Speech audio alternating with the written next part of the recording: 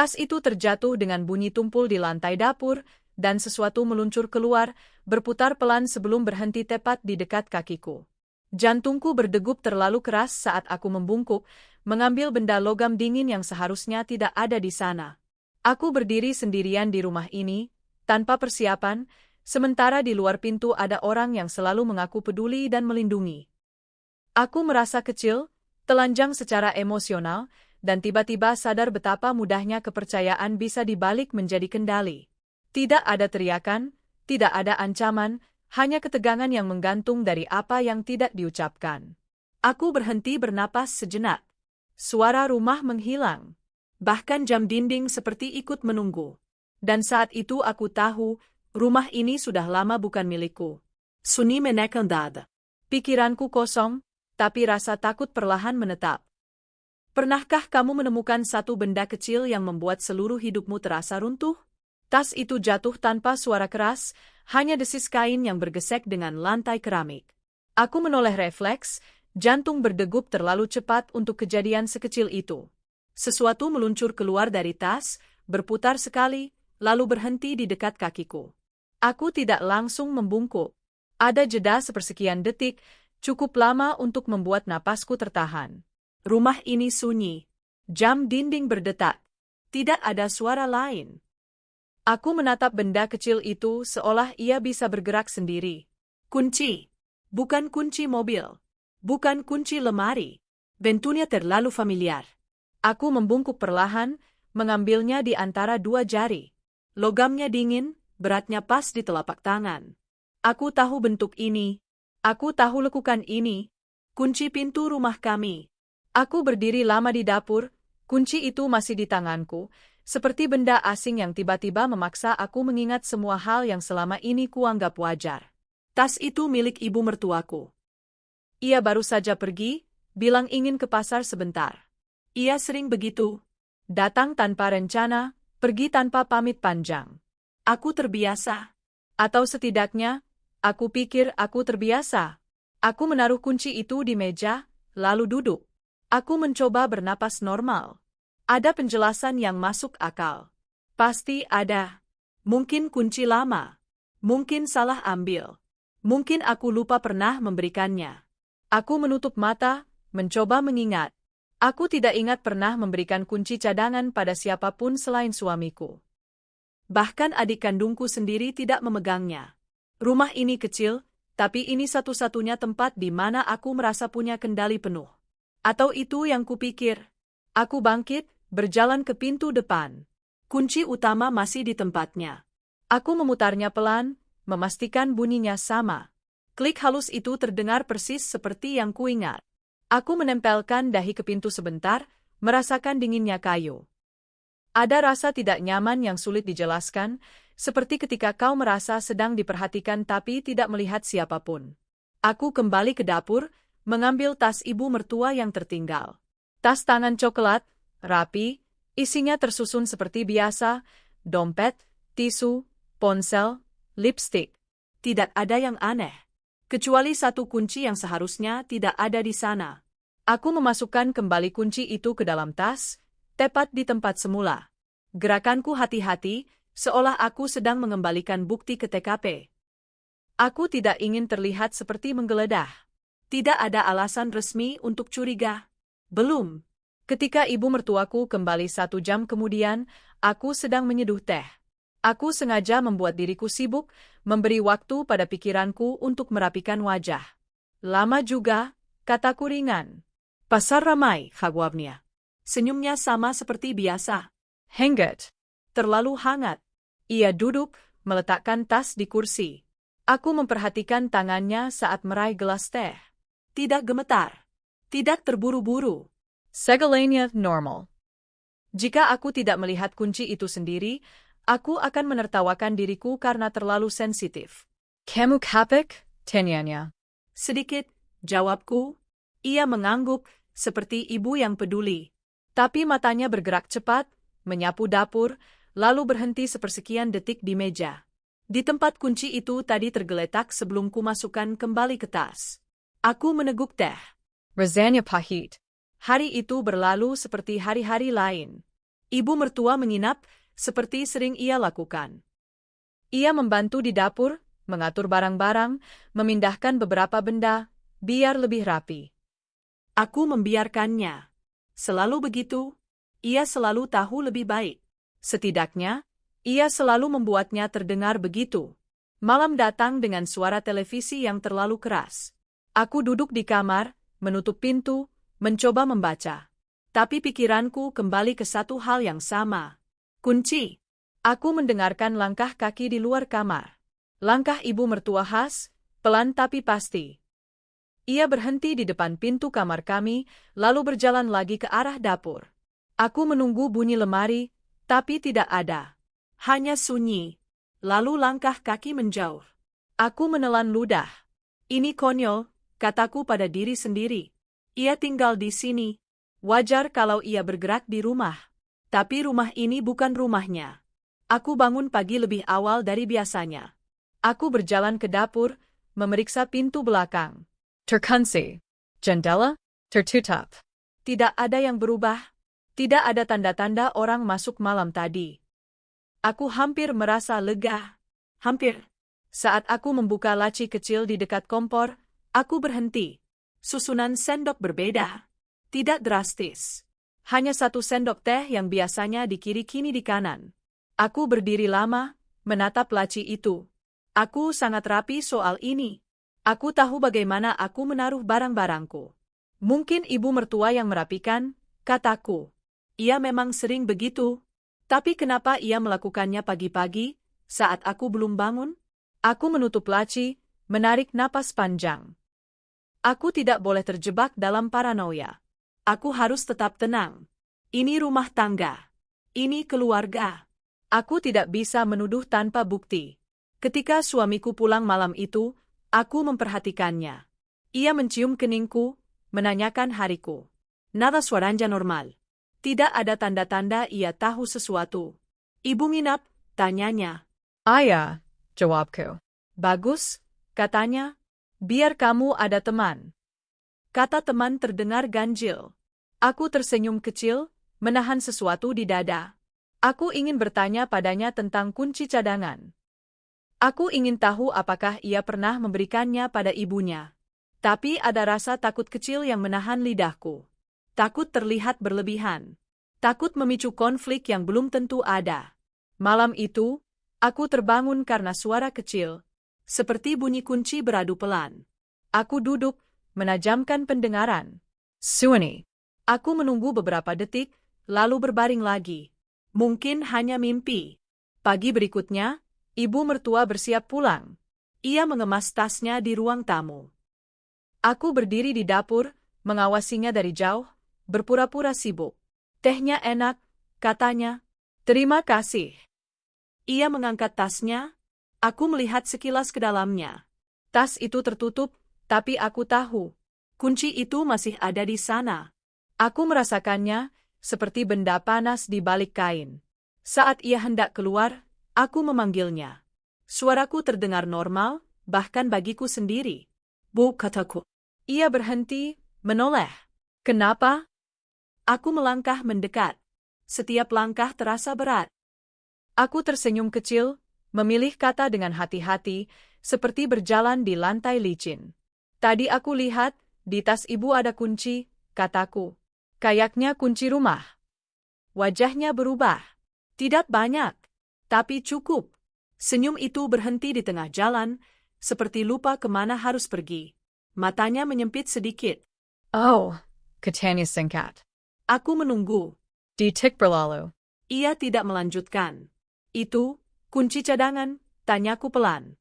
Ia menghela napas tajam, lalu mengangkat tasnya lebih tinggi, seperti perisai. Kamu ngapain buka-buka tas ibu? Nada suaranya naik. Tidak teriak, tapi keras. Terlalu keras untuk pertanyaan sesederhana itu. Aku tidak buka, kataku cepat. Tasnya jatuh, kuncinya keluar. Ia menatapku lama. Tatapan yang tidak lagi hangat. Ada sesuatu di sana. Penilaian. Kecurigaan. Atau mungkin, kemarahan yang sudah lama menunggu alasan. Kamu tidak percaya sama ibu, katanya. Pertanyaan itu bukan permintaan klarifikasi. Itu tuduhan. Aku menelan ludah. Bukan begitu, Bu. Aku cuma... Ini rumah anak ibu, potongnya. Ibu berhak. Kata berhak itu jatuh berat. Aku merasakan lantai seperti bergeser sedikit. Aku membuka mulut, lalu menutupnya lagi. Tidak ada jawaban yang aman. Ia melangkah keluar tanpa menunggu balasanku. Pintu tertutup dengan bunyi yang lebih keras dari biasanya. Aku berdiri di ruang tamu, tangan dingin, pikiran kosong. Rumah kembali sunyi. Tapi kali ini, sunyinya berbeda. Lebih padat. Lebih penuh. Aku duduk perlahan, menatap pintu depan. Kunci cadangan. Hak. Rumah anaknya. Dan di balik semua itu, satu pertanyaan berdenyut pelan, tidak mau pergi. Sejak kapan rumah ini bukan lagi milikku? Pintu sudah tertutup, tapi kemarahannya masih tertinggal di udara, seperti bau minyak panas yang menempel di dinding dapur. Aku berdiri di ruang tamu tanpa bergerak, menatap gagang pintu yang sedikit bergetar akibat bantingan tadi. Sunyi yang menyusul bukan menenangkan, sunyi itu seperti menunggu aku salah langkah berikutnya. Aku menarik napas pelan, mencoba menurunkan detak jantung. Di atas meja, gelas teh masih hangat. Uapnya naik tipis, lalu menghilang. Segalanya kembali normal di permukaan, tapi tubuhku tidak percaya. Aku menoleh ke arah kamar, memastikan suamiku belum pulang. Aku sendirian dengan pertanyaan yang tidak punya tempat untuk ditaruh. Aku memungut satu bantal yang jatuh di sofa, merapikannya, hanya agar tanganku punya pekerjaan. Gerakan kecil itu terasa seperti sandiwara yang dimainkan untuk penonton tak terlihat. Kemarahan ibu mertua tadi terlalu cepat, terlalu tepat, seperti ia sudah menyiapkan reaksi itu jauh sebelum aku bertanya. Ia tidak menawar penjelasan. Ia tidak tertawa, tidak mengatakan, "Oh, itu kunci lama." Ia langsung menyerang, "Kamu buka tas ibu. Kamu tidak percaya? Ibu berhak." Aku menelan ludah. Kata berhak itu terus bergema. Berhak atas apa? Berhak masuk kapan saja? Berhak mengatur? Berhak memutuskan? Aku mencoba merasionalisasi lagi, seperti semalam. Mungkin ia tersinggung karena merasa dipermalukan. Mungkin ia trauma dengan cerita orang-orang yang menggeledah tas, mencuri. Tapi bagian dalam diriku tidak mau menerima jawaban yang aman. Karena kemarahannya tidak punya aroma tersinggung. Kemarahannya punya aroma panik. Aku berjalan ke kamar, duduk di tepi kasur. Ponselku tergeletak di sana. Ada pesan masuk dari suamiku, OTW pulang. Nanti makan apa? Kalimat biasa. Dunia normal. Aku mengetik balasan, lalu menghapus. Aku tidak tahu harus menjawab apa, karena aku tidak tahu apakah aku masih berada di dunia yang sama seperti tadi pagi. Aku akhirnya menulis, apa saja. Hati-hati. Titik. Kiring. Aman. Waktu berjalan sampai suara motor suamiku terdengar di depan rumah. Kunci beradu, pintu terbuka. Aku berdiri otomatis, menyambutnya di ambang ruang tamu. Kamu kenapa? Ia bertanya, mengerutkan kening. Tidak apa-apa, jawabku, refleks. Ia melepas sepatu, menggantung jaket. Matanya mengamati wajahku lebih lama. Suamiku selalu bisa membaca perubahan kecil di nada suaraku, bahkan ketika aku mencoba menyembunyikannya. Ibu tadi kesini, tanyanya. Aku mengangguk. Biasanya kamu senang kalau ibu mampir. Aku tersenyum tipis, tapi bibirku terasa kaku. Tadi kami sedikit beda. Ia menatapku, menunggu. Aku menarik napas. Aku lihat kunci rumah di tas ibu. Aku tanya, "Ibu marah?" Suamiku berhenti bergerak. Wajahnya berubah sebentar. Bukan kaget, lebih seperti orang yang mendengar sesuatu yang sudah lama ia duga akan terjadi. Dia marah, tanya pila. Ayah, jawabku. Marah banget. Suamiku menggila napas, menunduk sejenak. Kamu ngomongnya gimana? Pertanyaan itu terasa seperti pisau kecil. Bukan karena ia salah, tapi karena aku mendengar pola yang familiar. Sebelum mencari kebenaran, kami diminta memeriksa nada, memeriksa sikap, memeriksa apakah aku pantas mendapat jawaban. Aku ngomong biasa, kataku. Aku cuma tanya. Suamiku berjalan ke dapur, membuka kulkas. Seolah membutuhkan alasan untuk tidak menatapku. Ibu memang sensitif, katanya akhirnya. Kamu jadilah. Aku mengikuti, berdiri di ambang pintu dapur. Tapi kuncinya kenapa ada di tas dia? Ia terdiam. Pintu kulkas masih terbuka. Lampu putih dari dalam menyinari wajahnya. Aku melihat rahangnya menegang sedikit. Dulu, katanya pelan, aku pernah kasih kunci cadangan. Aku merasakan dada seperti turun. Kapan? Waktu kita baru pindah, jawabnya. Biar kalau darurat. Kenapa aku nggak tahu? Suaraku hampir berbisik. Ia menutup kulkas, perlahan. Aku lupa ngomong. Itu sudah lama. Aku menatapnya, mencoba menahan kemarahan yang baru muncul. Bukan marah padanya, lebih pada fakta bahwa kunci yang bisa membuka hidupku disebarkan tanpa persetujuanku. Kamu tahu ibu masih pegang? Tanyaku. Suamiku ragu. Harusnya, ja. Dan dia sering datang tanpa bilang. Itu karena dia peduli, jawab suamiku cepat, seperti refleks. Aku menahan diri agar tidak tertawa pahit. Peduli bukan berarti masuk tanpa izin. Peduli bukan berarti memegang kunci seperti hak milik.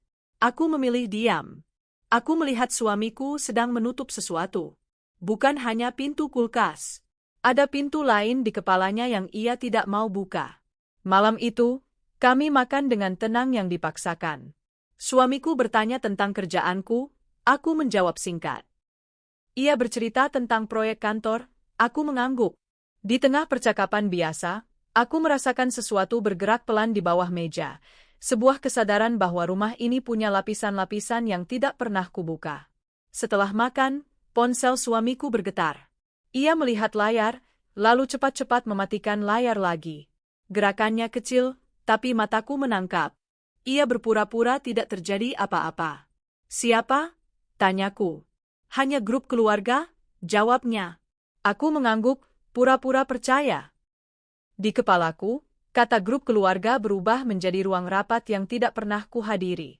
Saat suamiku mandi, ponselnya tertinggal di meja ruang tamu. Layarnya menyala lagi karena notifikasi. Aku tidak berniat melihat, tapi layar itu menghadapku, dan nama pengirimnya muncul jelas. Ibu, pesannya singkat, kamu bilang apa sama istrimu? Aku merasakan jari-jariku dingin. Aku menatap layar itu terlalu lama, lalu buru-buru memalingkan pandanganku. Tidak, aku tidak boleh menjadi orang yang mengintip. Tapi aku sudah terjebak di tempat di mana orang lain bebas mengintip hidupku, memegang kunciku, dan marah ketika aku bertanya. Suamiku keluar dari kamar mandi dengan rambut masih basah. Ia mengambil ponselnya, membaca pesan itu, lalu menjawab cepat. Aku menatapnya. Ibu nanya apa? Suamiku menilai, tersenyum tipis. Enggak apa-apa. Kalimat itu seperti selimut yang dipaksakan menutupi api. Aku mengangguk. Aku tidak mendesak. Aku belajar lagi, kalau aku mendesak, aku akan jadi emosional. Dan aku tidak bisa memberi mereka alasan untuk menutupku. Beberapa hari berikutnya, ibu mertua tidak datang. Itu seharusnya melegakan. Tapi justru membuat rumah terasa lebih tegang. Seperti jeda sebelum sesuatu yang lebih besar.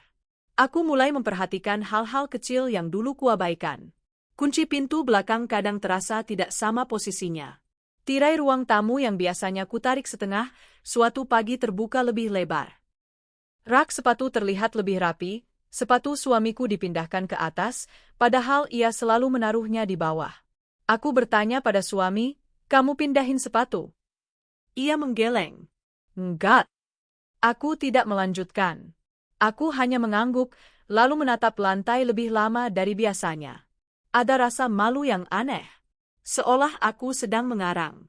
Seolah rumahku sedang mengolok-olok persepsiku. Pada hari kelima, ibu mertua datang lagi.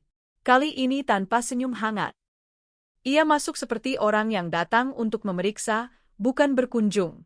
Tangannya membawa kantong belanja, tapi matanya membawa sesuatu yang lebih tajam. Kamu sehat? Tanyanya. Sehat, Bu, jawabku. Ia berjalan ke dapur, membuka lemari, memeriksa gula, teh, beras. Gerakannya rapi, seolah ia sedang mengaudit. Aku berdiri di pintu dapur, tidak tahu apakah harus menawarkan bantuan atau menjaga jarak. Kamu jangan kebanyakan pikiran, katanya tiba-tiba, tanpa menatapku. Aku menelan ludah. Aku cuma tanya soal kunci, Bu. Ia menoleh cepat. Matanya tajam. Kunci itu untuk jaga-jaga. Ya kayak apa, tanya aku pelan. Ia mendekat satu langkah. Suaranya turun, tapi tekanannya naik. Rumah tangga itu bisa rusak kalau istri kebanyakan curiga. Kalimat itu tidak terdengar seperti nasihat. Itu terdengar seperti peringatan. Aku mengangguk pelan, menahan napas. Ya, Po. Ia kembali menata belanjaan, seolah percakapan itu selesai. Aku berdiri di tempat, merasakan punggungku panas. Aku ingin membela diri. Aku ingin berkata, curiga muncul karena ada yang disembunyikan. Tapi aku tetap diam, karena aku tahu, dengan orang seperti ini, emosi adalah bahan bakar untuk memutarbalikkan narasi. Setelah ia pergi sore itu, suamiku mendapat telepon.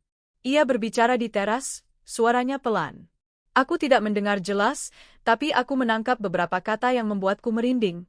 Iya, sudah aman, iya. Aku ngomong, iya, jangan khawatir. Ketika ia masuk, aku bertanya, Ibu. Suamiku mengangguk. Dia cuma khawatir.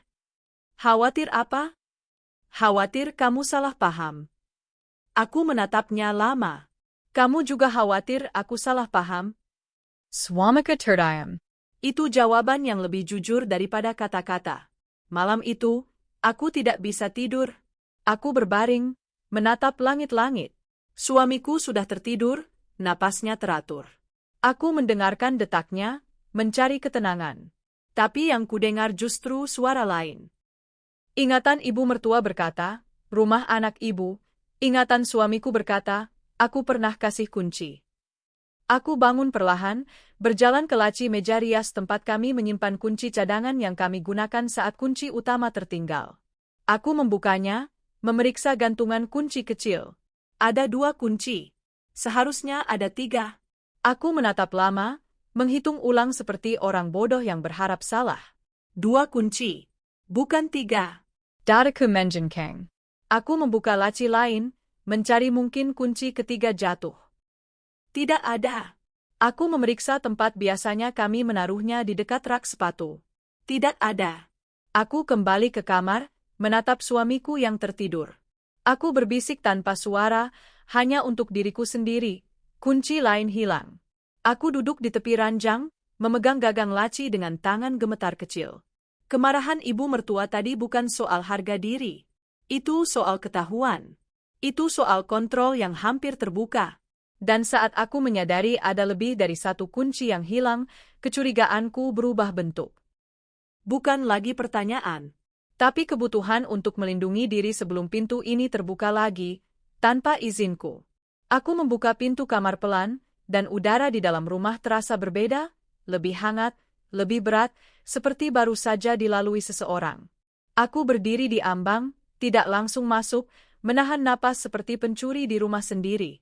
Lalu mataku menangkapnya, gorden ruang tamu terbuka setengah lebih lebar daripada saat kutinggalkan pagi tadi. Aku menelan ludah. Jantungku berdetak cepat, tapi langkahku tetap pelan. Sepi rumah ini bukan sepiku yang biasa. Sepi ini seperti berhenti setelah ada suara. Pagi itu aku pergi hanya 2 jam. Mengantar dokumen ke kantor pos dan belanja kecil di minimarket. Aku memastikan pintu terkunci 2 kali, bahkan sempat memutar gagang untuk memastikan tidak longgar. Aku ingat jelas, karena setelah menemukan kunci hilang semalam, aku tidak bisa mempercayai kebiasaan lamaku lagi. Aku masuk, meletakkan tas belanja di meja makan. Bunyi plastik berdesis keras di telingaku. Aku mendengarkan. Tidak ada langkah di lantai atas. Tidak ada televisi.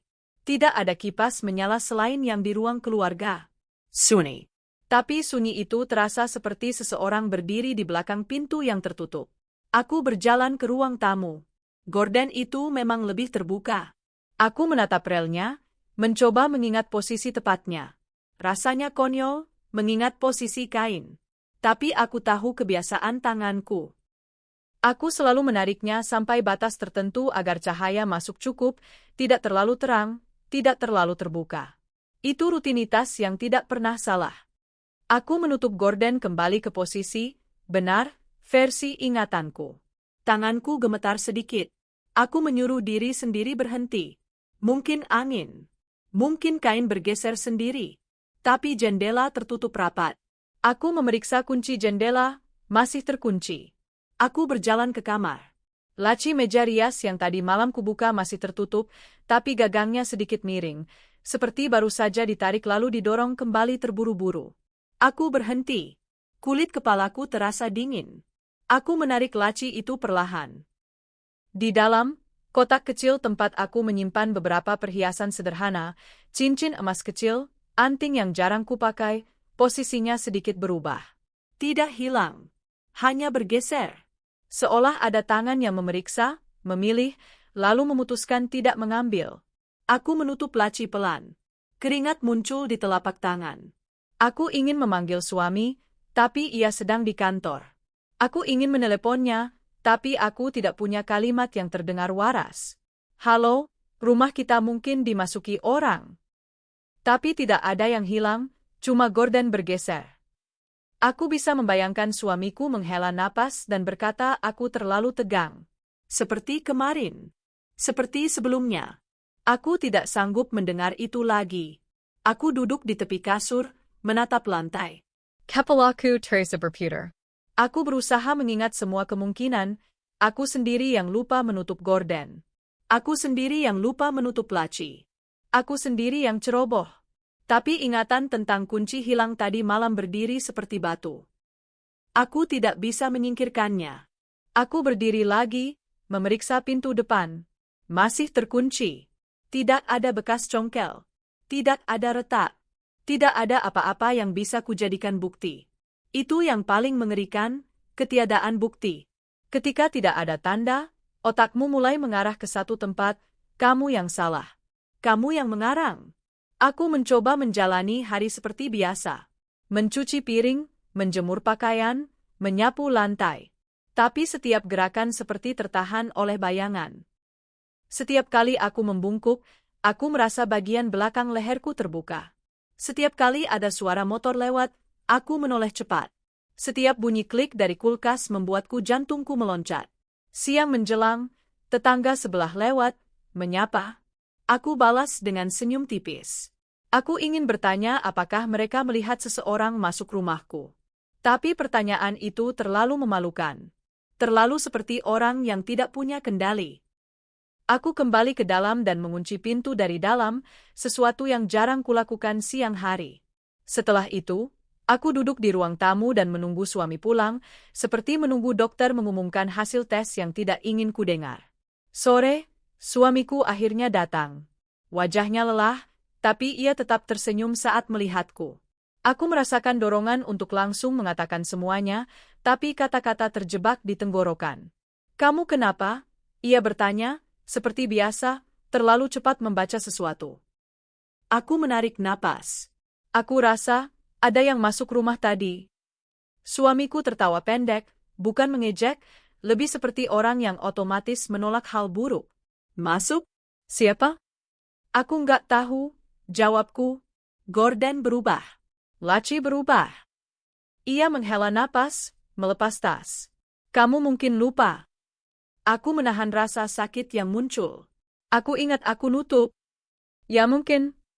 Aku memotong pelan. Kunci cadangan hilang. Suamiku berhenti. Kali ini ia tidak tertawa. Ia menatapku, alisnya turun. "Kunci yang mana?" "Kunci yang kita simpan di laci. Tadi malam masih 2. Sekarang tetap 2, tapi harusnya 3. Ia menelan ludah. "Kamu yakin?" Aku mengangguk. Ia berjalan cepat ke kamar, membuka laci, memeriksa. Wajahnya berubah sedikit, tapi ia berusaha menutupinya. Ia menutup laci keras, lalu kembali ke ruang tamu. "Mungkin jatuh," katanya. "Kamu sendiri tahu itu nggak mungkin," jawabku pelan. Suamiku diam. Ia berjalan ke pintu depan, memeriksa kunci, memeriksa rantai, memeriksa gagang. Ia mengunci, membuka, mengunci lagi. Gerakannya lebih keras daripada perlu. Seolah bunyi logam bisa mengusir kenyataan. Kita ganti kunci aja, katanya. Kata kita ganti kunci terdengar seperti solusi, tapi tidak menyentuh inti. Karena masalahnya bukan kunci. Masalahnya adalah seseorang sudah merasa punya hak untuk masuk dan tidak takut ketahuan. Mungkin ibu, suamiku berkata pelan, hampir seperti dia sendiri takut menyebutnya. Aku menatapnya. Kalau ibu, kenapa harus diam-diam? Swamika memejat pelapisnia. Dia, mungkin cuma mau lihat kamu baik-baik. Kata baik-baik itu membuatku hampir tertawa. Tapi tawa yang mau keluar bukan tawa bahagia. Itu tawa orang yang hampir runtuh. Malam itu, kami makan tanpa selera. Suamiku sesekali menatap ponselnya, lalu cepat-cepat mematikan layar. Aku tidak bertanya. Aku menunggu. Aku ingin melihat seberapa jauh ia akan menutup mata. Sebelum tidur, aku menaruh satu helai rambut di celah pintu depan, di dekat ambang bawah. Tipis, hampir tidak terlihat. Trik bodoh yang pernah kulihat di internet. Aku merasa konyol, tapi aku butuh sesuatu. Aku butuh cara sederhana untuk tahu apakah aku gila atau tidak. Aku juga menaruh selembar kertas kecil di bawah karpet dekat pintu belakang, ujungnya sedikit keluar, posisi yang pasti akan berubah kalau karpet digeser. Lalu aku memeriksa semua jendela. Mengunci. Memastikan. Mengunci lagi. Di ranjang, suamiku memelukku. Pelukannya hangat, tapi aku tidak bisa rileks. Tubuhku tetap tegang, seperti menunggu suara. Aku mendengarkan napasnya yang segera teratur. Ia cepat tidur. Aku iri. Aku ingin tidur seperti itu lagi. Aku terbangun beberapa kali malam itu. Bukan karena suara keras, tapi karena keheningan yang terasa aktif. Setiap kali aku membuka mata, aku menatap pintu kamar. Jelap. Tidak bergerak. Tapi di dalam gelap, pikiranku menciptakan langkah. Pagi datang. Cahaya masuk dari sela gorden. Aku bangun sebelum suami, berjalan ke pintu depan dengan hati-hati, seperti menelusuri TKP. Aku menunduk, melihat helai rambut di ambang. Hilang. Aku berdiri membeku. Aku menelan ludah dan menunduk lagi, memastikan aku tidak salah lihat. Rambut itu benar-benar tidak ada. Aku menatap lantai, mencari jika jatuh. Tidak ada. Aku berjalan ke pintu belakang. Carpet. Kertas kecil. Kertas itu bergeser masuk lebih dalam, hampir tidak terlihat lagi. Aku memegang gagang pintu belakang, merasakan dinginnya logam. Pintu masih terkunci. Tapi seseorang jelas pernah menyentuhnya. Seseorang pernah berdiri di sini. Di rumahku. Saat kami tidur. Aku kembali ke kamar dengan langkah pelan. Suamiku masih tidur. Aku duduk di tepi ranjang, menatap wajahnya. Aku ingin membangunkannya, menjerit, menuntut aksi. Tapi yang keluar hanya napas pendek yang patah. Aku menepuk bahunya pelan. Bangun. Ia membuka mata, setengah sadar. Kenapa? Aku menatapnya, dan untuk pertama kalinya, aku tidak peduli terdengar berlebihan atau tidak.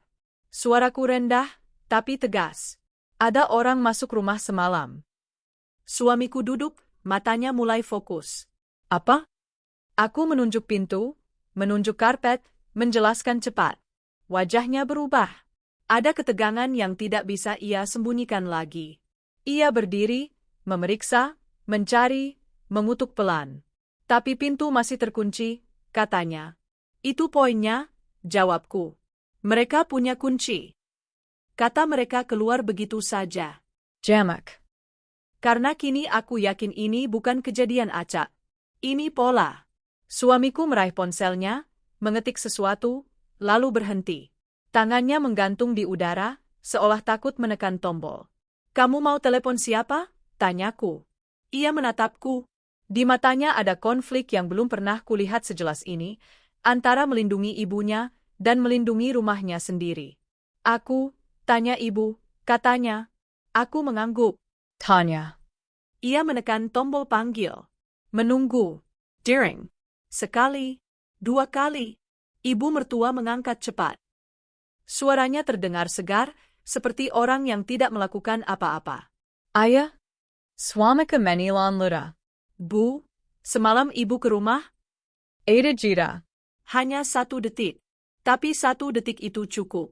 Di jeda itu, aku mendengar sesuatu yang tidak diucapkan. Perhitungan. Ngapain ibu ke sana malam-malam? Jawabnya, terlalu cepat. Kamu ini. Suamiku mencoba tertawa kecil, tapi gagal. Soalnya ada tanda orang masuk. Ya kamu kunci yang benar dong, kata ibu mertua, suaranya naik. Jangan salahin orang. Aku menutup mata. Jantumku Teresa Dinjen.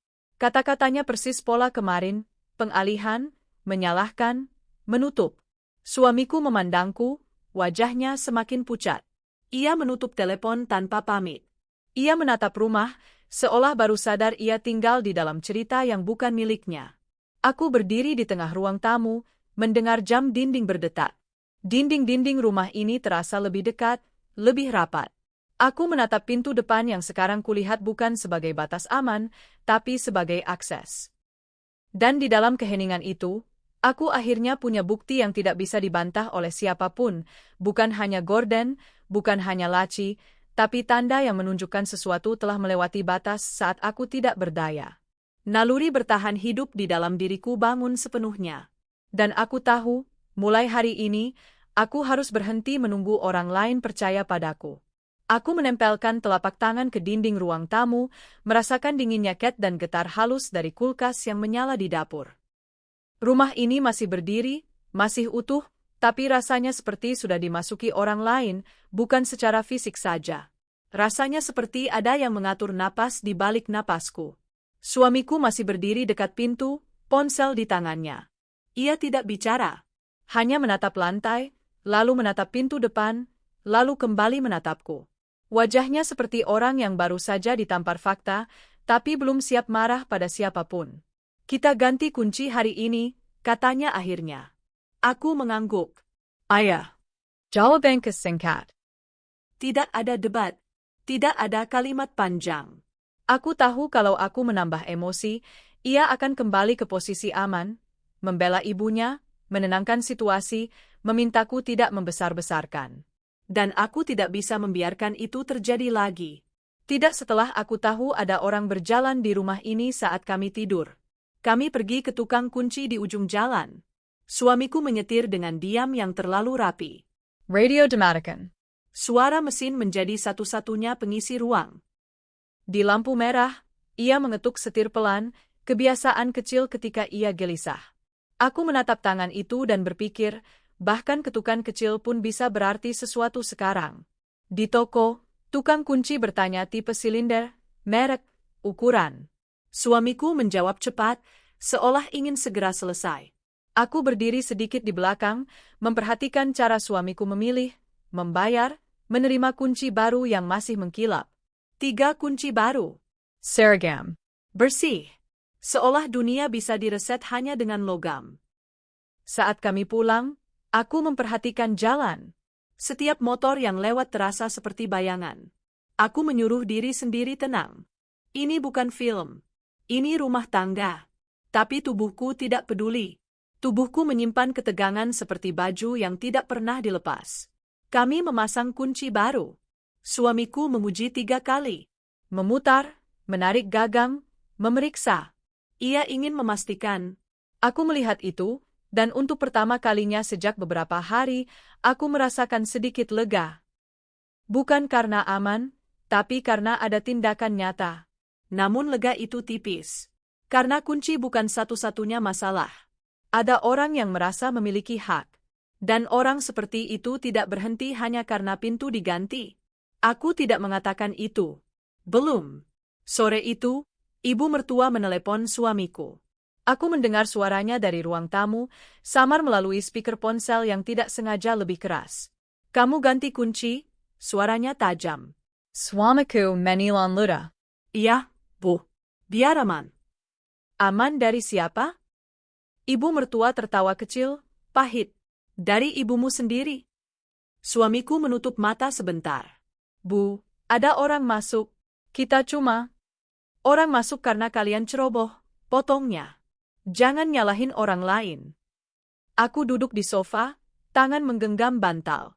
Suara itu menekan dinding rumah seperti paku. Aku menatap suamiku. Ia berdiri di dekat jendela, punggungnya tegang. Ia berusaha menjaga nada.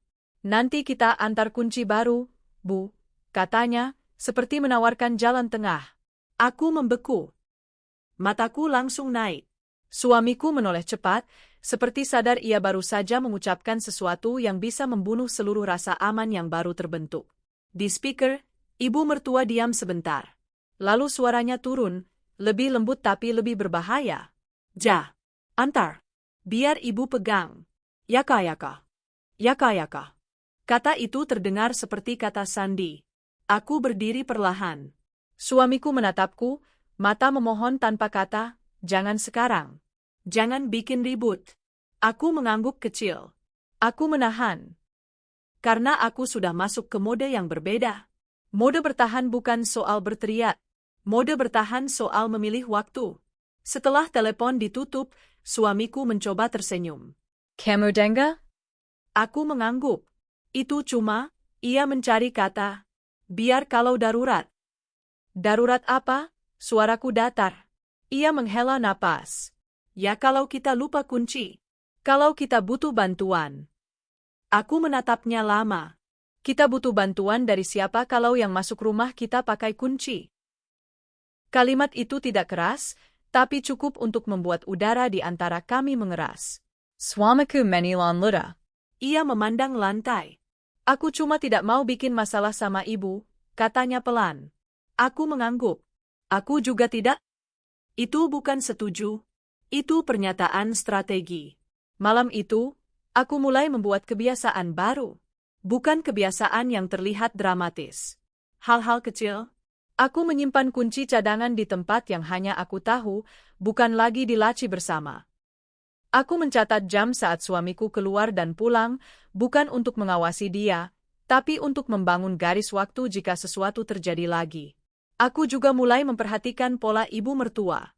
Jam berapa ia biasanya menelepon? Hari apa ia biasanya datang? Kalimat apa yang selalu ia gunakan untuk menutup pembicaraan? Aku mendengar suamiku berbicara dengannya, dan aku menangkap kata-kata yang berulang. Jangan bikin malu, jangan curiga, rumah tangga itu jangan banyak aturan. Kalimat-kalimat itu terdengar seperti nasihat. Tapi bagiku, itu seperti instruksi untuk menyerah. Aku tetap tenang di luar. Aku menyapa ibu mertua lewat telepon dengan suara lembut. Aku menjawab, iya, Bu, ketika ia mengomentari cara aku masak, cara aku menyusun baju di lemari, cara aku menata rumah. Aku menahan diri agar tidak memperlihatkan bahwa setiap komentar itu terasa seperti tangan yang masuk ke ruang pribadi tanpa izin. Aku memainkan peran menantu baik yang tidak memperpanjang masalah. Di dalam, aku menajam. Aku membeli bel kecil-kecil yang biasa dipakai untuk pintu toko, memasangnya di bagian dalam pintu belakang. Bunyinya halus, tapi cukup untuk membuatku terbangun kalau pintu bergerak. Aku memasang pengait tambahan di jendela yang menghadap gang sempit. Aku tidak bilang pada suami. Bukan karena tidak percaya padanya sepenuhnya, tapi karena aku belum tahu seberapa jauh ia bisa menahan tekanan ibunya. Aku juga mulai memotret posisi barang. Rack sepatu. Gordon. Lacy. Tidak obsesif. Hanya beberapa titik yang sudah terbukti bisa berubah. Aku menyimpan foto itu di folder tersembunyi di ponsel. Bukti kecil. Pegangan kecil. Setiap kali aku melakukan itu, aku merasa seperti orang yang sedang menyiapkan diri untuk sesuatu yang belum terjadi. Dan itu melelahkan. Kelelahan yang tidak terlihat, tapi menggigit pelan. Hari ketiga setelah ganti kunci, ibu mertua datang tanpa kabar. Aku sedang menjemur pakaian di halaman belakang. Aku mendengar bel depan berbunyi sekali, lalu kunci beradu. Bunyi itu membuat seluruh tubuhku membeku. Aku berlari kecil ke depan, napas pendek. Pintu sudah terbuka. Ibu mertua berdiri di ambang, membawa tas dan senyum tipis. Kalian lupa kunci, katanya, seolah bercanda. Aku menatap tangannya. Tidak ada kunci baru di sana. Berarti ia membuka dengan sesuatu lain. Atau, lebih mungkin, suamiku sudah memberinya kunci tanpa bilang padaku. Aku tersenyum kecil. Oh, ibu datang. Ya, katanya, melangkah masuk seperti biasa. Matanya menyapu rumah, berhenti di pengait tambahan di jendela. Seperlahan itu, tapi aku melihat. Ia melihat perubahan. Ia mencatat. Rumah kok makin banyak kunci-kuncian, katanya, nada ringan. Kayak rumah orang takut. Aku tertawa kecil, menutup rasa panas di dada. Biar aman, Bu. Ia menoleh padaku, tatapannya tenang tapi menusuk. Aman dari siapa? Aku menahan napas. Dari maling. Ia tersenyum tipis, lalu berjalan ke dapur. Ia membuka lemari, memeriksa gula seperti kemarin. Menggerakan piring, memindahkan sendok. Gerakannya halus, tapi maksudnya keras. Aku masih bisa masuk ke ruangmu. Aku berdiri di pintu dapur, tangan di sisi tubuh, tenang di luar. Di dalam, aku mendengar alarm kecil. Suamiku pulang 1 jam kemudian. Saat melihat ibunya di rumah, wajahnya menegang sebentar, lalu melunak. Ia memeluk ibunya, menanyakan kabar. Ibu mertua tersenyum hangat padanya. Kehangatan yang tidak pernah ia berikan padaku seutuh itu. Aku memperhatikan semuanya. Ini panggung. Ini sandiwara keluarga yang terlihat normal dari luar, tapi di baliknya ada perebutan wilayah. Malam itu, setelah ibu mertua pulang, aku menunggu sampai suamiku selesai mandi. Aku duduk di ruang tamu dengan lampu redup, ponsel di tangan, tapi tidak kubuka. Aku hanya menunggu ia duduk di seberangku. Kamu kasih kunci baru ke ibu? Tanyaku, suara pelan. Suamiku berhenti. Anduk di baunya. Ia menatapku seperti anak yang ketahuan. Ia menghela napas. Ayah. Aku mengangguk pelan. Anehnya, aku tidak merasa kaget. Aku sudah menebatnya sejak bunyi kunci tadi. Kapan, tanyaku. Tadi siang, jawabnya. Sebelum pulang kerja, ibu minta. Dia marah kalau nggak dikasih. Aku menatapnya lama. Kamu nggak bilang ke aku. Ia memalingkan wajah. Aku nggak mau kamu stres. Kalimat itu membuatku hampir tertawa, tapi yang keluar hanya napas. Kamu ngerti nggak? Itu yang bikin aku stres. Suamiku menutup mata sebentar, seperti menahan sesuatu. Ibu nggak bakal macam-macam. Aku menyandarkan punggung ke sofa. Dia udah masuk rumah kita malam-malam. Suamiku langsung menoleh. Cepat. Kamu masih yakin itu ibu? Aku mengangguk. Dia punya kunci. Dia marah waktu aku tanya. Dia bilang dia berhak. Suamiku diam. Lama. Aku melihat pertempuran kecil di wajahnya, kesetiaan pada ibunya, dan kenyataan yang tidak nyaman. Aku pernah lihat, katanya akhirnya, suaranya turun. Aku menahan napas. Lihat apa? Ia menatap lantai. Dulu, sebelum kita nikah, ibu suka masuk kamar aku tanpa ketuk. Ngambil baju, ngatur. Aku protes sekali. Gianangis. Bilang aku nggak sayang. Aku tidak bergerak. Kata-kata itu jatuh seperti potongan puzzle yang akhirnya pas. Ini bukan kebiasaan baru. Ini pola lama yang hanya berganti korban. Kenapa kamu nggak pernah cerita? Tanyaku. Suamiku menghela napas, berat. Karena aku pikir setelah nikah dia berubah. Aku merasakan dada sakit.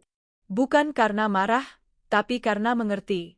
Suamiku hidup di bawah gaya kontrol itu bertahun-tahun. Ia belajar bertahan dengan cara yang berbeda, diam, menenangkan, mengalah. Aku juga pernah lihat, katanya lagi, lebih pelan, ibu simpan kunci-kunci. Banyak. Di laci kamarnya. Aku menatapnya. Kunci apa? Kunci rumah nenek. Kunci rumah tante. Kunci rumah siapa aja. Dia bilang itu bentuk tanggung jawab. Aku merasa udara di ruangan menjadi tipis. Jadi bukan hanya rumah kami. Ini cara hidup. Mengumpulkan akses, lalu menyebutnya perhatian. Berarti kamu tahu, kataku pelan. Sebagian. Suamiku menatapku, matanya basah tapi tidak menangis. Aku nggak mau percaya yang buruk. Aku mengangguk. Aku juga nggak mau. Kami diam. Lampu ruang tamu berdengung halus. Dari luar, suara motor lewat. Biasa. Tapi malam ini, aku mendengar semuanya seperti sinyal. Aku butuh kamu di pihakku, kataku akhirnya. Swamika Menilan Luda. Aku di pihak kamu. Kata itu terdengar seperti janji, tapi juga seperti orang yang baru belajar mengucapkannya. Kalau begitu, aku berkata, masih tenang, mulai besok, kita punya aturan. Ibu datang harus bilang. Tidak boleh masuk kalau kita nggak ada. Dan, kunci itu, kita ambil kembali. Wajah suamiku menegang. Ia tahu itu akan memicu perang. Kamu yakin? Tanyanya. Aku mengangguk. Aku tidak mau hidup begini. Suamiku menarik napas panjang. Aku takut. Aku memandangnya. Aku juga. Tapi aku lebih takut kalau kita terus diam. Ia mengangguk pelan.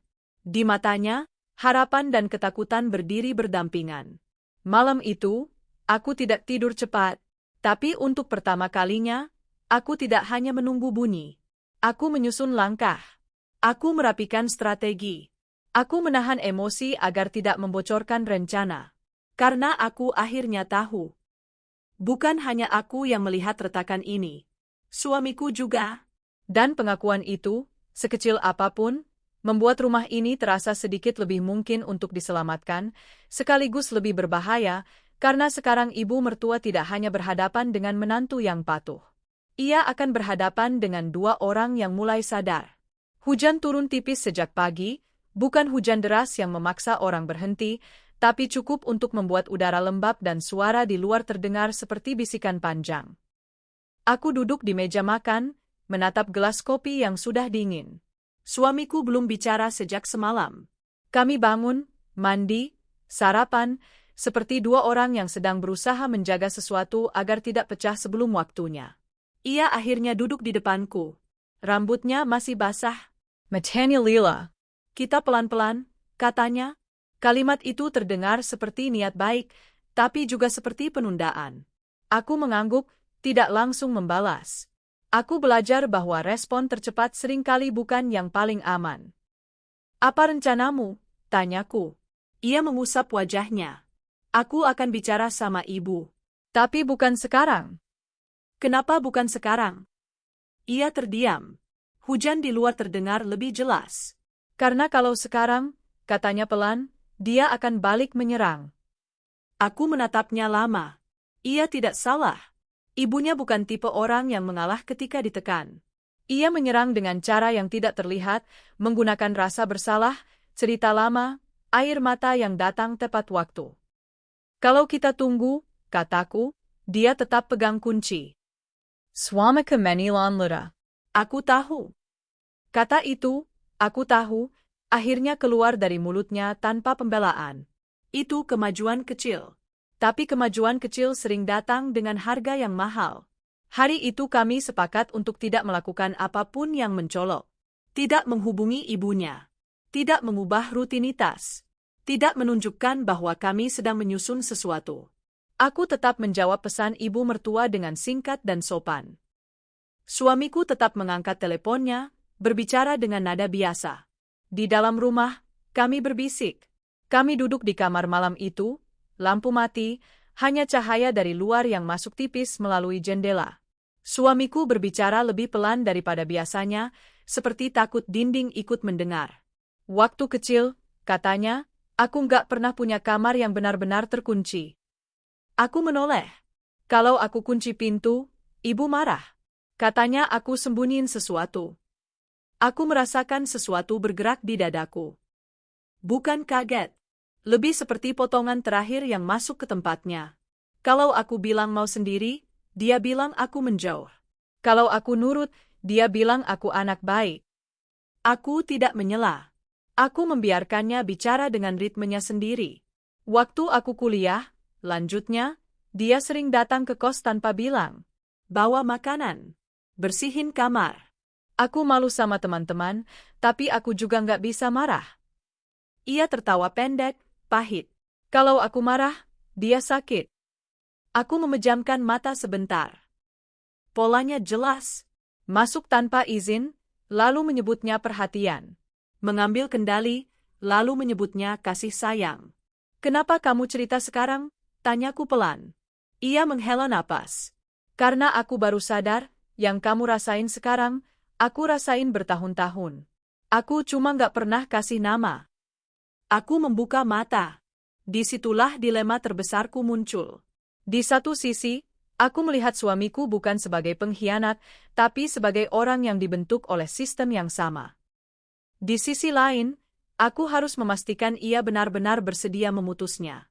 Aku butuh tahu satu hal, kataku. Ia menatapku. Kunci itu, lanjutku. Yang ibu pegang sekarang. Kamu kasih dengan sadar atau terpaksa.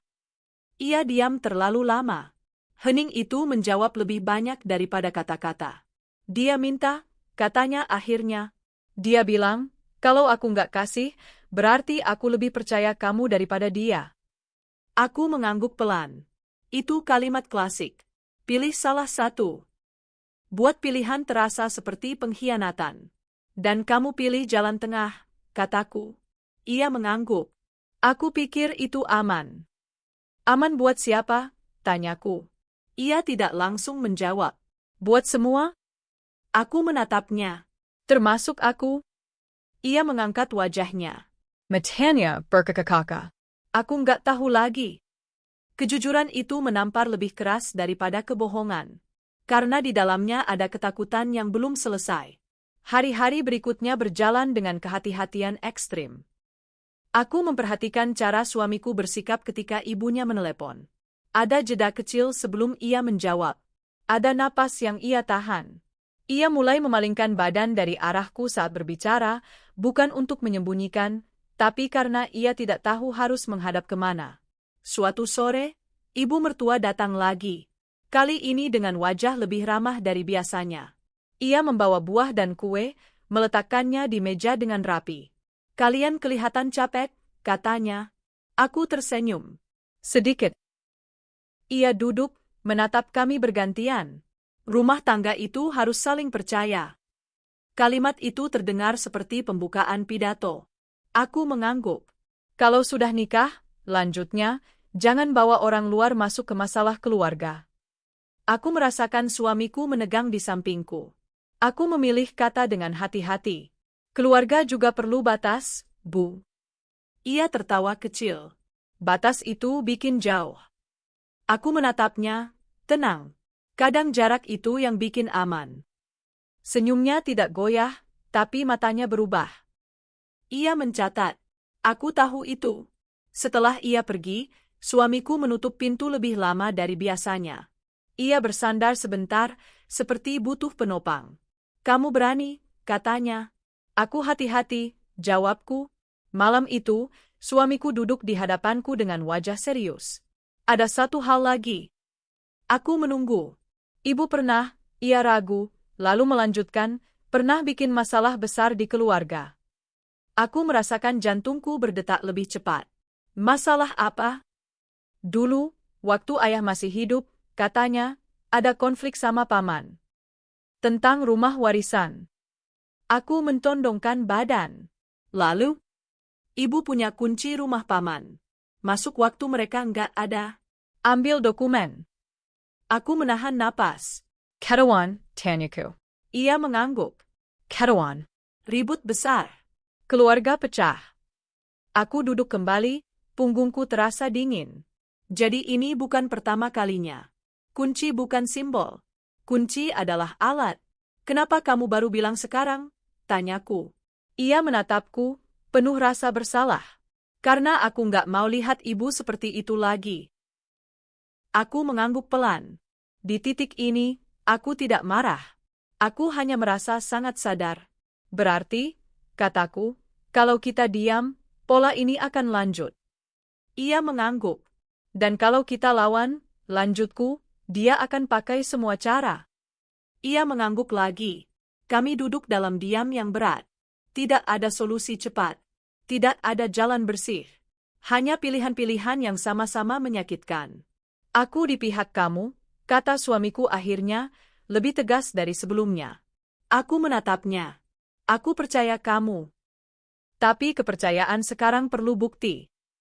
Ia mengangguk. Apa yang kamu mau aku lakukan? Aku berpikir, strategi bukan soal menang cepat. Ini soal bertahan cukup lama. Pertama, kataku, kunci itu harus kita ambil kembali. Tanpa drama. Ia menelan ludah. Bagaimana caranya? Kita buat dia menyerahkannya sendiri. Ia mengangkat alis. Kita bilang ada masalah teknis. Kunci lama nggak cocok. Kita minta semua kunci dikumpulkan. Swamika mengganggu pawan. Dan kalau dia nolak? Berarti dia mengaku, jawabku. Swamika terdayam. Dan setelah itu, kita pasang batas yang jelas, kataku. Dan kita siap kalau dia marah. Ia menarik napas panjang. Ini akan berat. Aku tahu, jawabku. Tapi hidup seperti sekarang juga berat. Ia mengangguk, kali ini tanpa ragu. Malam itu, sebelum tidur, aku menatap pintu rumah lebih lama dari biasanya. Aku sadar sesuatu. Sekutu yang terlambat tetap bisa menjadi sekutu, tapi hanya jika ia benar-benar berdiri di tempat yang sama denganku. Dan kini aku tahu, suamiku menyimpan lebih banyak cerita tentang ibunya daripada yang ia akui. Cerita-cerita lama itu bukan sekadar masa lalu. Mereka adalah peringatan. Dan kebenaran yang mulai muncul itu menuntut satu hal yang tidak bisa lagi ditunda. Konfrontasi. Telepon itu berdering 3 kali sebelum diangkat, dan jeda di antara tiap dering terasa lebih panjang dari biasanya. Aku berdiri di dapur, punggung menghadap jendela, tangan memegang meja agar tidak gemetar. Suamiku berdiri di ruang tamu, tidak ikut mendekat, memberi jarak yang terasa seperti pengakuan. Ini urusanku, tapi dampaknya urusan kami. Bu, kata suamiku akhirnya, suaranya tenang tapi kaku. Soal kunci, kita mau minta semua dikumpulkan. Di speaker, ada tarikan napas pendek. Hanya sepersekian detik, tapi cukup. Aku mengenali bunyi itu sekarang, bunyi orang yang sedang menilai posisi, bukan mendengarkan. Kumpulkan, suara ibu mertua terdengar datar. Kumpulkan untuk apa? Beberapa kunci lama nggak cocok, jawab suamiku. Kita mau ganti sistem. Aku menutup mata. Kata sistem terdengar terlalu rapi untuk sesuatu yang begitu personal. Oh, katanya. Lalu hening. Hening yang bukan karena sinyal, tapi karena ia memilih diam sebagai alat. Kunci ibu aman. Ibu simpan baik-baik. Swamika menilan luda. Justru itu, Bu. Kita mau semuanya dikumpulkan. Nada suaranya sedikit lebih tegas. Aku merasakan denyut di pelipis. Ini bukan percakapan. Ini tarik-menarik. Kenapa jadi ribet begini? Ibu mertua tertawa kecil. Kamu percaya orang luar lebih dari ibu sendiri? Orang luar. Kata itu jatuh tepat di antara kami seperti garis pemisah yang sengaja ditarik. Suamiku melirikku sebentar, lalu kembali ke ponsel. Ini bukan soal percaya.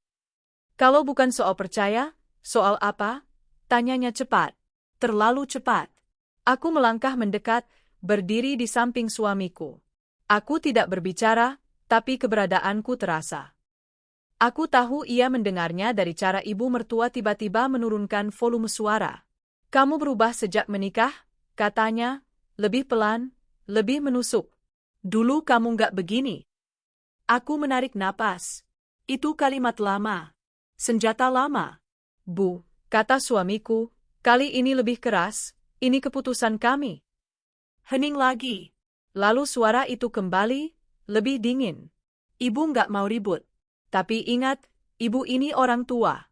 Jangan sampai kalian nyesel. Telepon ditutup. Aku berdiri diam. Suamiku menurunkan ponsel perlahan, seperti meletakkan benda berat. Dia nggak bilang iya, katanya. Dia juga nggak bilang tidak, jawabku. Itu artinya dia lagi nyiapin sesuatu. Swamika mengesap wajahnya. Aku benci ini. Aku juga, kataku. Tapi kita sudah mulai. Hari-hari setelah itu terasa seperti berjalan di lantai yang penuh sensor. Setiap langkah terasa diperhatikan. Ibu mertua tidak datang, tapi kehadirannya terasa lebih kuat dari sebelumnya.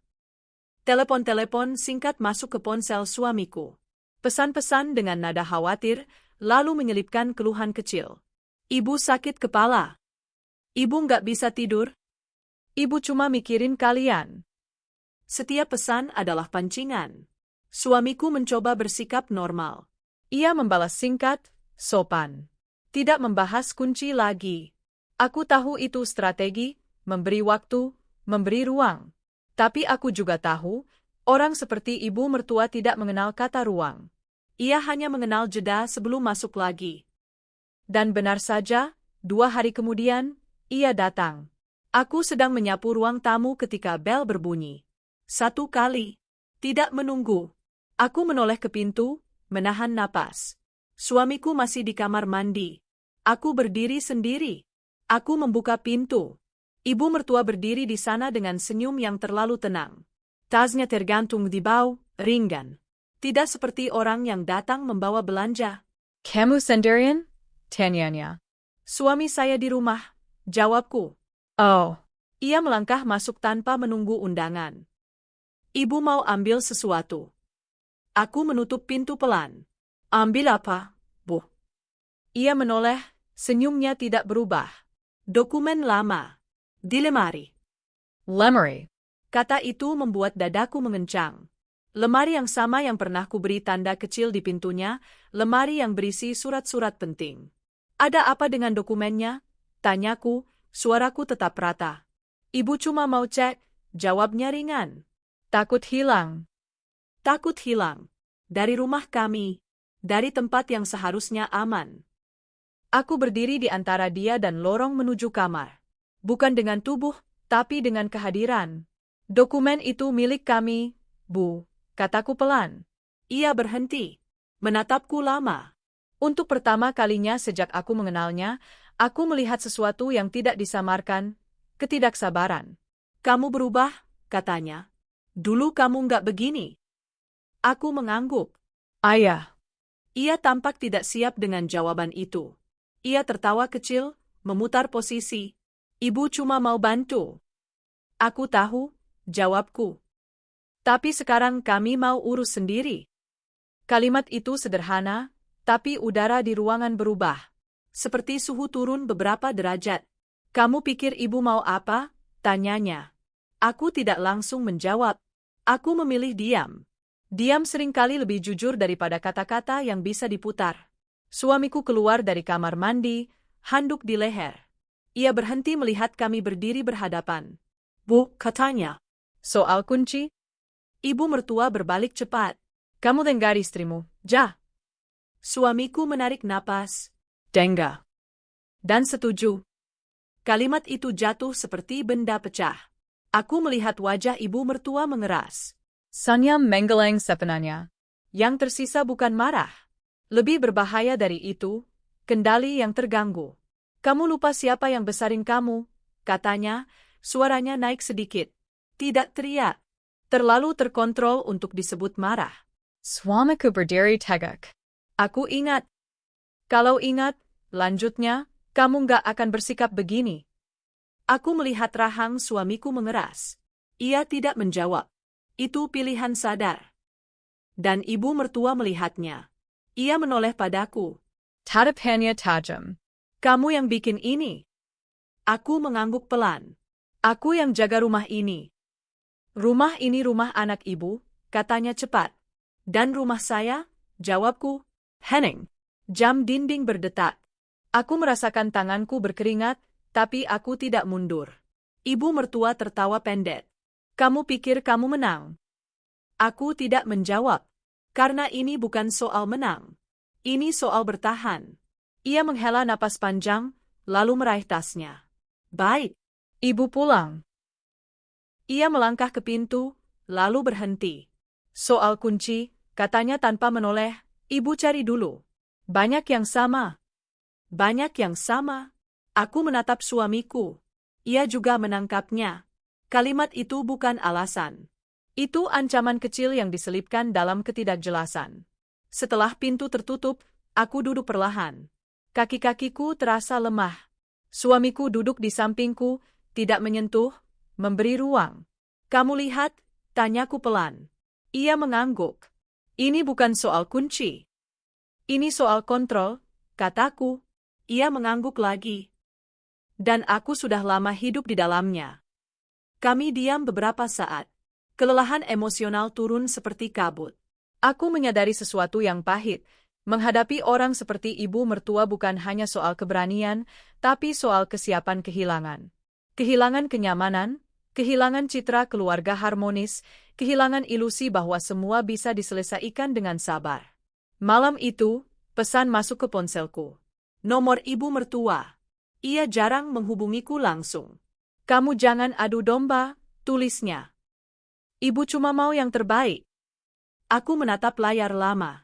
Kata adu domba itu terasa seperti cermin yang diputar. Aku tidak membalas. Beberapa menit kemudian, pesan lain masuk ke ponsel suamiku. Aku melihat dari sudut mata, ibu sakit, kamu tega. Suamiku menutup ponsel, memijat pelipis. Dia pakai itu lagi. Aku mengangguk. Dan akan terus begitu. Apa yang harus kita lakukan? Tanyanya. Aku berpikir. Setiap langkah sekarang berisiko. Terlalu keras, keluarga bisa pecah. Terlalu lembut, kami akan kembali ke posisi awal. Kita minta kunci itu langsung, kataku akhirnya. Dengan saksi. Ia mengangkat alis. Saksi siapa? Orang yang dia hormati, jawabku. Saudara. Atau tetangga. Suamiku menilon luda. Itu akan mempermalukan dia. Dia tidak keberatan mempermalukan kita, jawabku pelan. Suamiku diam. Aku tahu ia sedang menimbang rasa bersalah yang ditanamkan sejak kecil. Ada satu hal lagi, katanya tiba-tiba. Aku menoleh. Dulu, katanya, suaranya turun, waktu konflik rumah paman. Ibu bukan cuma ambil dokumen. Data kemenjengkeng. Apa lagi? Ia menatap lantai. Ibu ganti kunci. Tanpa bilang. Aku merasakan sesuatu jatuh di dalam diriku. Bukan kaget. Lebih seperti pengesahan. Paman baru tahu setelah beberapa hari, lanjutnya. Waktu dia pulang, dia nggak bisa masuk rumahnya sendiri. Aku memejamkan mata. Gambaran itu terlalu jelas. Dan terlalu dekat dengan apa yang bisa terjadi pada kami. Itu sebabnya, kataku pelan, dia marah waktu kita ganti kunci. Suamiku menggengak. Dia benci kehilangan akses. Kami duduk dalam diam yang berat. Tidak ada lagi keraguan tentang apa yang kami hadapi. Ini bukan kesalahpahaman. Ini pola lama yang terulang. Ponsel suamiku bergetar lagi. Pesan dari ibunya, besok ibu datang. Kita bicara baik-baik. Aku menatap layar itu, lalu menatap suamiku. Kata baik-baik terdengar seperti ironi. Besok, kataku, kita siap. Suamiku menggengak. Wajahnya tegang, tapi ada sesuatu yang baru di sana. Tekad yang belum sempurna, tapi nyata. Malam itu, aku tidak tidur cepat. Aku menyiapkan dokumen penting, memindahkannya ke tempat aman. Aku memastikan ponselku penuh baterai. Aku menata kata-kata di kepalaku, memilih mana yang harus diucapkan, mana yang harus ditahan. Karena aku tahu, konfrontasi bukan lagi kemungkinan. Ia tinggal menunggu waktu. Dan yang paling menakutkan bukan kemarahan ibu mertua, melainkan fakta bahwa kebenaran tentang apa yang ia lakukan dan sejauh mana, belum sepenuhnya kami ketahui. Tidak ada jalan kembali. Pagi itu terasa terlalu terang, seperti lampu sorot yang dinyalakan tepat ke wajah orang yang sudah lama bersembunyi. Aku berdiri di dapur, memegang cangkir tanpa benar-benar minum. Jam di dinding berdetak lebih keras dari biasanya. Setiap detik terasa seperti hitungan mundur menuju sesuatu yang tidak bisa lagi dihindari. Ibu mertua akan datang. Bukan dengan amarah terbuka, bukan dengan teriakan. Ia datang dengan janji bicara baik-baik, kalimat yang terdengar damai tapi selalu berakhir dengan luka. Aku tahu pola itu sekarang. Tubuhku mengenalnya lebih dulu daripada pikiranku. Suamiku duduk di ruang tamu, punggungnya tegak tapi bahunya kaku.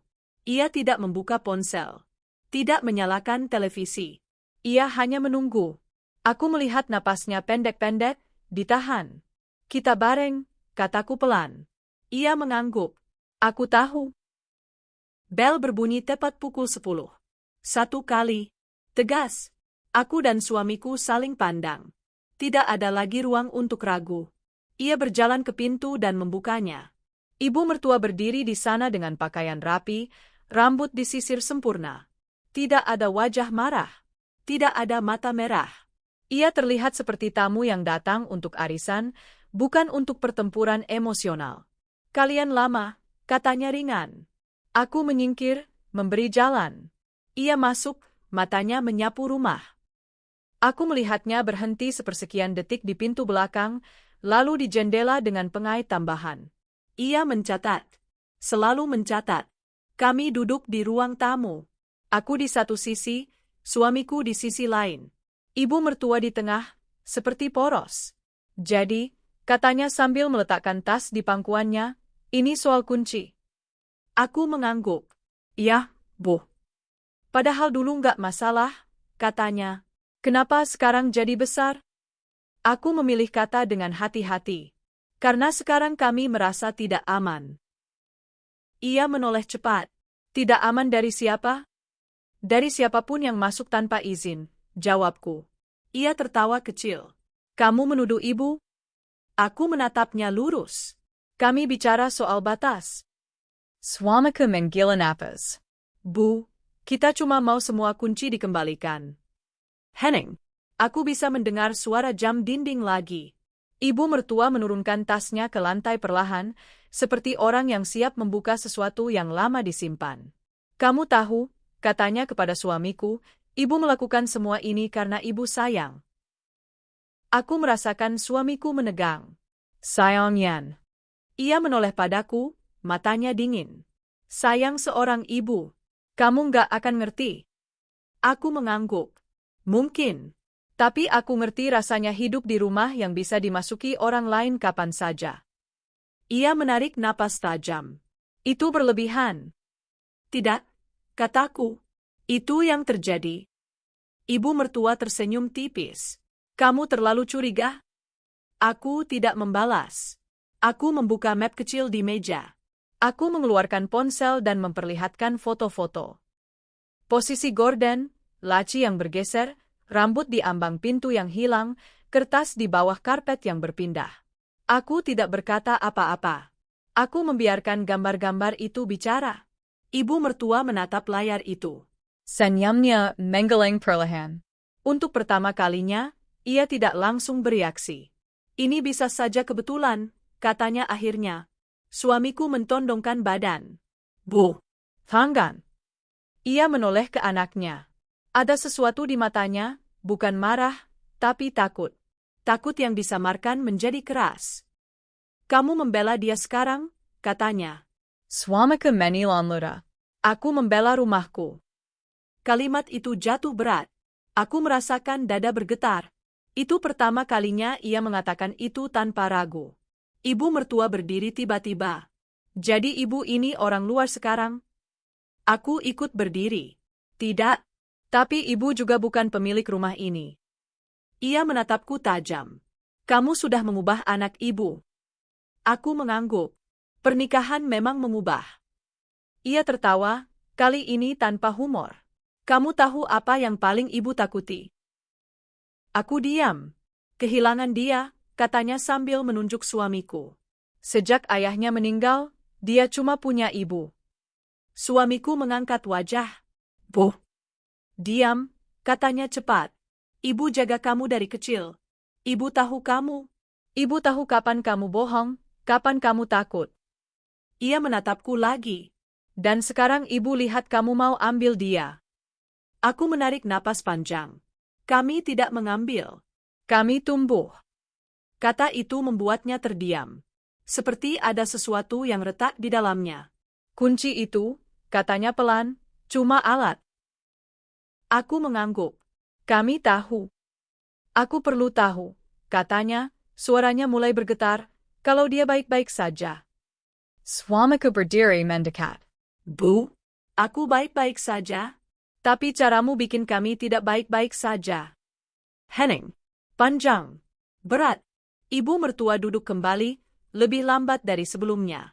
Ia membuka tasnya dan mengeluarkan gantungan kunci besar. Banyak kunci. Terlalu banyak. Ada berapa? Tanyaku pelan. Ia tidak menjawab. Ia hanya meletakkannya di meja. Suara logam beradu, nyaring. Aku merasakan sesuatu seperti puncak emosi yang akhirnya tercapai. Rumah siapa saja? Tanyaku. Ia menutup mata sebentar. Keluarga? Tanpa izin, lanjutku. Ia membuka mata. Demi Québécois. Aku mengangguk. Itu yang selalu ibu katakan. Suamiku mengambil satu napas panjang. Bu, ini salah.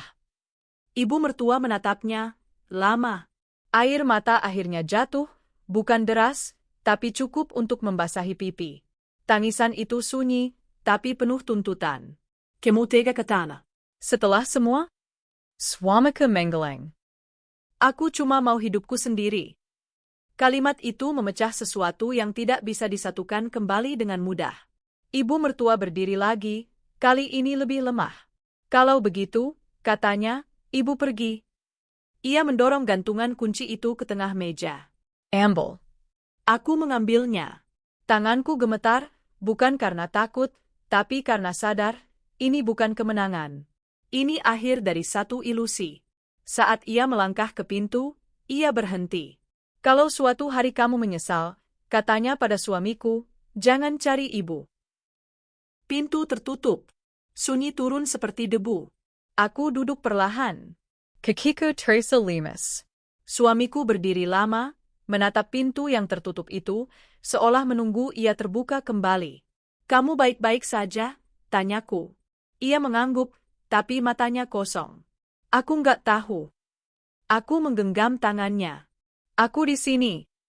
Ia menarik napas panjang, lalu menghembuskannya perlahan. Seperti orang yang baru keluar dari ruang sempit setelah lama terkurung. Di meja, gantungan kunci itu tergeletak. Bukti. Beban. Simbol. Aku mengumpulkannya satu persatu. Aku tidak tahu harus diapakan kunci-kunci rumah orang lain. Tapi aku tahu satu hal, kendali itu sekarang tidak lagi di tangan orang yang salah. Namun di dalam keheningan itu, aku juga sadar sesuatu yang lebih menyakitkan. Hubungan ini tidak akan kembali seperti semula. Dan mungkin, memang tidak seharusnya. Malam setelah pintu itu tertutup, rumah terasa terlalu besar untuk tubuhku yang lelah. Tidak ada suara langkah lagi, tidak ada telepon yang berdering dengan nada menuntut, tidak ada ketukan mendadak di depan pintu. Seharusnya itu menenangkan. Tapi justru keheningan terasa seperti ruang kosong yang baru saja ditinggalkan badai. Aku duduk di ruang tamu, lampu hanya menyala setengah. Di meja, gantungan kunci besar itu masih tergeletak, seperti barang bukti yang tidak pernah kupikir akan ada di rumahku. Logamnya dingin saat kusentuh. Aku memindahkan satu persatu ke dalam wadah kecil, berusaha menutup bab ini dengan gerakan sederhana. Tetapi setiap bunyi kunci yang beradu mengembalikan kilatan perasaan yang sama, takut, marah, lalu sunyi. Suamiku berdiri lama di depan jendela. Ia tidak menangis. Ia juga tidak bicara. Hanya napasnya yang terdengar sesekali, berat, seperti ia sedang mempelajari cara bernapas tanpa bayangan ibunya di punggung. Kamu lapar? Aku bertanya pelan, bukan karena aku ingin bicara soal makanan, tapi karena aku butuh menguji apakah kami masih bisa berbicara tentang hal kecil. Suamiku menggeleng. Enggak. Aku mengangguk. Di rumah, kata-kata kecil adalah tanda kehidupan. Ketika kata-kata kecil hilang, kita mulai hidup di kepala sendiri. Aku bangkit, mematikan lampu ruang tamu, lalu menyalakan lampu dapur.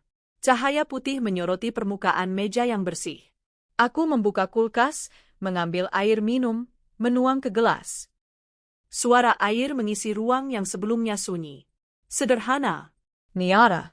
Aku meneguk pelan, merasakan dinginnya air turun ke dada. Di balik semua itu, ada rasa bersalah yang diam. Bukan rasa bersalah karena aku bertanya. Tapi karena aku tahu, keputusan ini memotong sesuatu yang selama ini menjadi sandaran suamiku, meski sandaran itu beracun. Aku tahu trauma tidak hilang hanya karena kunci dikembalikan. Trauma tinggal di tubuh. Malam itu, aku tidur dengan pintu kamar terkunci, bukan karena aku takut ada orang masuk lagi, tapi karena aku ingin merasakan bahwa aku bisa memilih. Kunci bukan lagi simbol kontrol orang lain. Kunci menjadi simbol pilihanku sendiri. Aku masih terbangun beberapa kali. Setiap bunyi kecil, lemari memuai, angin menyentuh jendela, membuat jantungku melonjak. Aku menatap pintu kamar dalam gelap, menunggu sesuatu yang tidak datang. Tubuhku masih hidup di hari-hari sebelum konfrontasi. Tubuhku belum percaya bahwa ini sudah berakhir. Pagi datang tanpa pesan dari ibu mertua. Tidak ada, "Kamu gimana?" yang biasanya diikuti tuntutan halus. Tidak ada panggilan yang membuat suamiku menegakkan bahu. Hanya cahaya matahari yang masuk pelan, dan suara burung di luar yang entah mengapa terasa terlalu normal. Suamiku duduk di tepi ranjang, memegang ponsel, menatap layar kosong. Aku duduk di sampingnya. "Kamu mau ngomong?" tanyaku. Ia menelan ludah. Aku takut, dia beneran pergi. Aku mengangguk. "Aku juga?" Ia menoleh padaku. "Tapi aku juga lega." Kata lega itu keluar seperti rahasia. Seperti pengakuan yang selama ini dianggap dosa. Aku meremas tangannya. "Lega itu nggak jahat," kataku. Suamiku menggila napas. Aku nggak tahu cara hidup tanpa dia ngatur. Aku menatap wajahnya. Ada sesuatu di sana yang selama ini tertutup, anak kecil yang terbiasa dipegang, bukan dipandu. Aku merasakan dada sakit, tapi aku tidak membiarkan rasa sakit itu berubah jadi kemarahan. Ini bukan waktunya menyalahkan. Ini waktunya membangun ulang. Kita belajar, kataku pelan. Pelan-pelan. Hari-hari berikutnya kami membuat aturan yang dulu terasa mustahil. Hal-hal kecil yang sekarang terasa seperti fondasi baru. Kami membuat satu laci khusus untuk dokumen penting, dan hanya kami berdua yang tahu kuncinya. Kami menyepakati bahwa tidak ada lagi kunci cadangan yang dibagikan tanpa persetujuan dua pihak. Kami memasang tambahan pengaman yang tidak terlihat mencolok, tapi memberi rasa pasti. Aku juga mulai mengubah rumah dengan cara yang tidak dramatis. Mengganti tirai, bukan karena tirai salah, tapi karena aku ingin rumah ini punya tanda bahwa kami sedang memulai ulang. Aku menata ulang ruang tamu, memindahkan sofa sedikit, mengganti posisi meja. Perubahan kecil yang membuat ingatan lama tidak terlalu mudah muncul. Namun trauma tidak peduli pada tata letak. Trauma muncul lewat hal-hal yang tidak bisa kita kontrol. Satu sore, saat bel berbunyi dari tetangga yang mengantar paket, aku membeku. Tenggeng kedenjen. Napas keterendi. Suamiku menoleh cepat, melihat wajahku. "Bukan dia," katanya pelan. Aku mengangguk, tapi tubuhku masih tertahan beberapa detik sebelum bisa bergerak.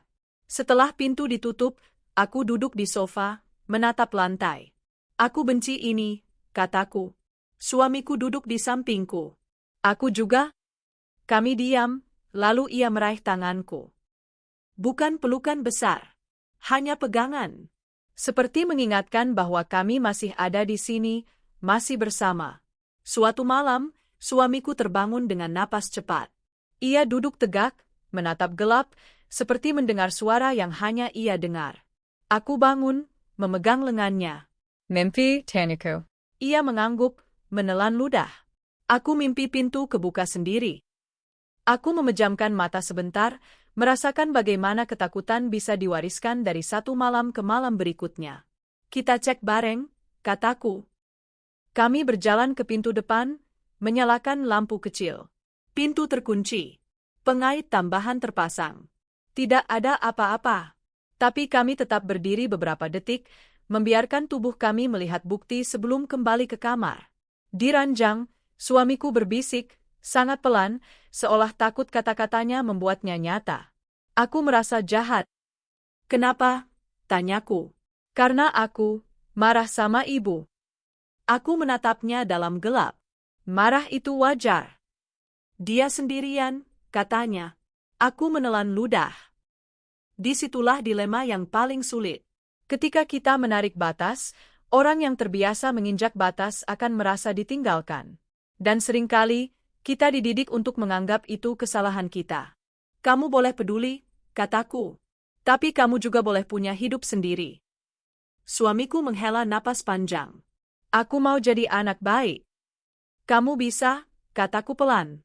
"Tanpa jadi anak yang dikendalikan." Kalimat itu membuatnya diam. Lama. Aku tahu itu bukan jawaban instan. Itu benih. Beberapa minggu kemudian, suamiku akhirnya mengirim pesan singkat pada ibunya. Hanya satu kalimat, "Bu, aku baik-baik, tapi aku butuh ruang." Tidak ada penjelasan panjang. Tidak ada permintaan maaf. Hanya batas. Ia menunjukkan pesan itu padaku sebelum mengirim. Tengganya Jamatar. Kirim, kataku. Ia menekan tombol, lalu langsung meletakkan ponsel, seperti takut. Balasan tidak datang cepat. Itu hal yang paling aneh. Biasanya, ibu mertua merespons dalam hitungan menit. Kali ini, tidak. 1 jam. 2 jam. Malam. Saat balasan akhirnya datang, suamiku membacanya tanpa suara. Wajahnya berubah sebentar. Ia menatapku. "Apa?" tanyaku. Ibu bilang, dia capek, katanya pelan. Dia bilang aku boleh punya ruang. Tapi dia nggak mau diperlakukan kayak orang asing. Aku mengangguk. Itu awal. Suamiku menatap ponsel itu lama, lalu menghela napas. Aku nggak tahu apakah ini manipulasi atau dia beneran. Aku merasakan jantungku lembut sejenak. Ini pertanyaan yang sebelumnya tidak pernah ia tanyakan. Ini tanda bahwa ia mulai bisa melihat pola tanpa langsung menutup mata. Kita lihat dari tindakan, kataku. Bukan kata. Sejak saat itu, hubungan kami dengan ibu mertua berubah. Tidak ada kunjungan mendadak. Tidak ada kunci yang diselipkan. Tidak ada masuk rumah tanpa izin. Ada beberapa pesan pasif-agresif di awal, beberapa kalimat yang mencoba membuat suamiku kembali merasa bersalah. Tapi suamiku mulai belajar cara baru. Tidak terpancing, tidak membalas dengan panik, tidak menyerah demi menenangkan. Aku juga belajar. Aku belajar bahwa menjadi tegas bukan berarti tidak punya hati. Aku belajar bahwa menjaga rumah bukan hanya menjaga pintu, tapi menjaga batas yang tidak terlihat. Suatu hari, aku berdiri di depan pintu rumah, memegang kunci di tangan. Aku menatapnya lama. Benda kecil ini dulu membuatku gemetar. Sekarang, ia tetap benda kecil, tapi maknanya berubah. Aku mendengar suara suamiku di belakangku. Kamu lagi mikir apa? Aku menoleh. Aku mikir, selama ini aku kira rumah itu tembok. Ternyata rumah itu kesepakatan. Suamika mengenggak talan. Kesepakatan yang harus dijaga. Kami berdiri berdampingan. Tidak banyak kata. Di luar, suara anak-anak tetangga bermain terdengar samar. Kehidupan terus berjalan, seolah tidak pernah ada perang kecil di dalam rumah ini. Tapi kami tahu. Dan karena kami tahu, kami tidak akan mudah dibodohi lagi. Malam terakhir di Ark ini tidak datang dengan dramatis. Ia datang dengan rutinitas yang baru terasa berharga. Aku mematikan lampu, memastikan pintu terkunci bukan karena takut, tapi karena aku memilih. Suamiku menutup ponsel tanpa tergesa, lalu memelukku, lebih hangat dari sebelumnya. "Terima kasih," katanya pelan. "Untuk apa?" "Karena kamu nggak menyerah," jawabnya. Aku menutup mata, merasakan napasnya di leherku. Karena aku nggak mau hilang. Kami tidur dalam keheningan yang tidak lagi menekan. Keheningan yang memberi ruang. Rumah ini tidak kembali seperti dulu. Ia menjadi rumah yang baru, dengan batas yang jelas, dengan luka yang masih ada, dan dengan dua orang yang akhirnya belajar bahwa cinta tidak pernah seharusnya meniadakan otonomi.